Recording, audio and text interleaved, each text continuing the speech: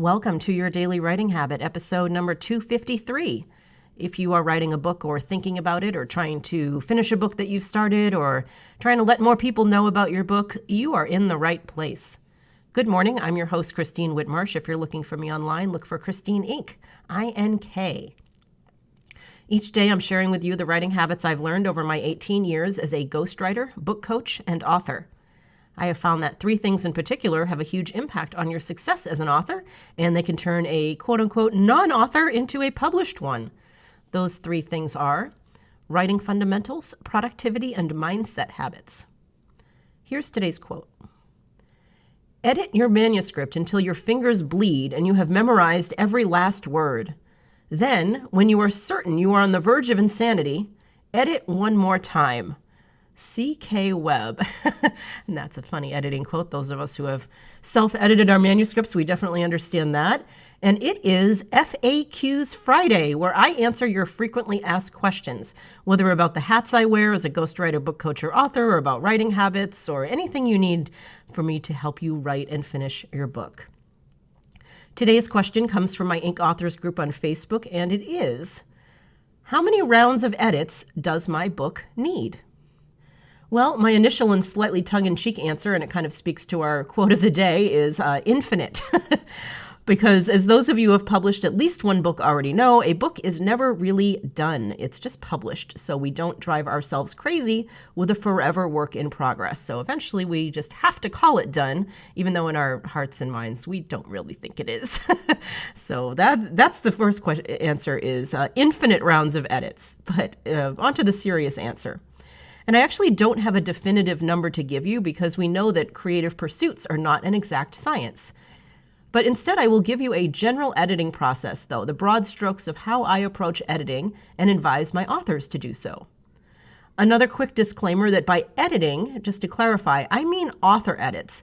These are the things that you do before you hand your book over to a copy editor, a hat that I happily outsource to others. I was actually just talking about this last night to someone, the difference between being a copy editing / grammar English class expert versus a storytelling expert. And I am definitely the latter, and I love copy editors. I love people that love to scroll through all the manuscripts and they find all the grammar things and the punctuation things and all the English class things. So very grateful for copy editors.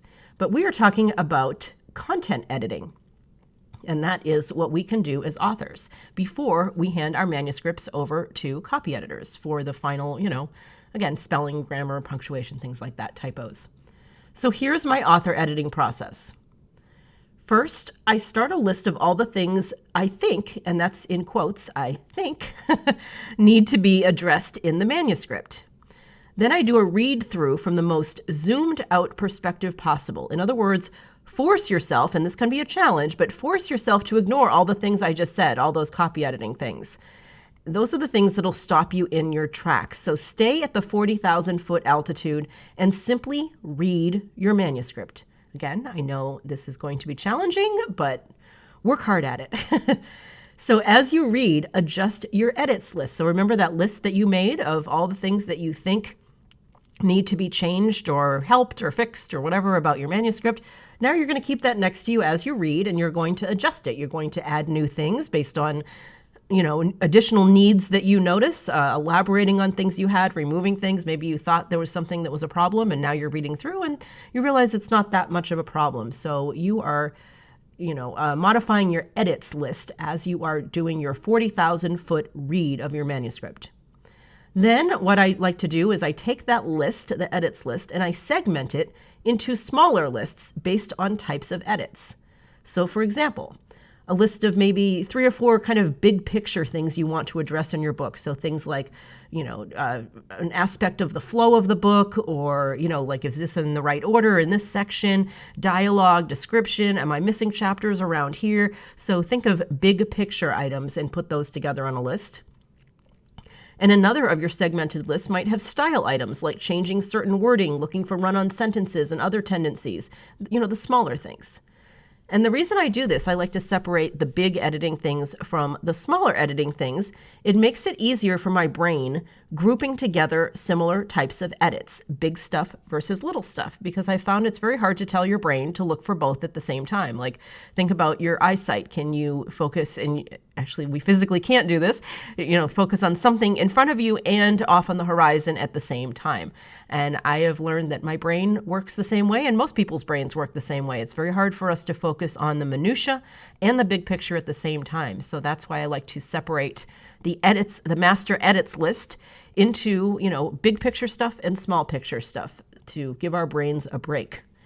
So how many different segmented lists you come up with is how many more rounds of edits. So maybe you have, 2 big picture rounds and 2 little picture rounds. It just depends on, again, how much is on your master edits list. So obviously with smaller edits, you can have bigger segmented lists. You can look for 10 little things at once versus big things where maybe you can only look for 3 big things at once. So you'll figure this out. You know your brain and how you work as a writer, so do what works for you. And when you're done, if you do want to do another final read through, that's up to you. But by that point, honestly, you might be entirely sick of reading your own work. Again, speaking to the quote at the top of today's broadcast. And you might be more than ready to hand it over to your copy editor, because you'll have a few more rounds after that too, as you check and approve their work, and then at least, probably more than 1 proofreading round once your book is in layout prior to being published. So the point is, once you're done with your author content edits, there are still quite a few rounds left. So give yourself a break in the author round, because you're going to be asked to look at your manuscript several more times after that. In general, however many rounds you think you'll need to do on your book, double that. And the only consolation I can give you, especially once you're in the middle of it all and kind of cursing me or something bad, this is entirely normal, and it's also really important. In all seriousness, it's your name on the final product, not your copy editors, your publishers. I mean, their name is on it, but it's your name on the cover. So you will be glad you invested that time. And feel free to submit your questions for future FAQ Fridays episodes.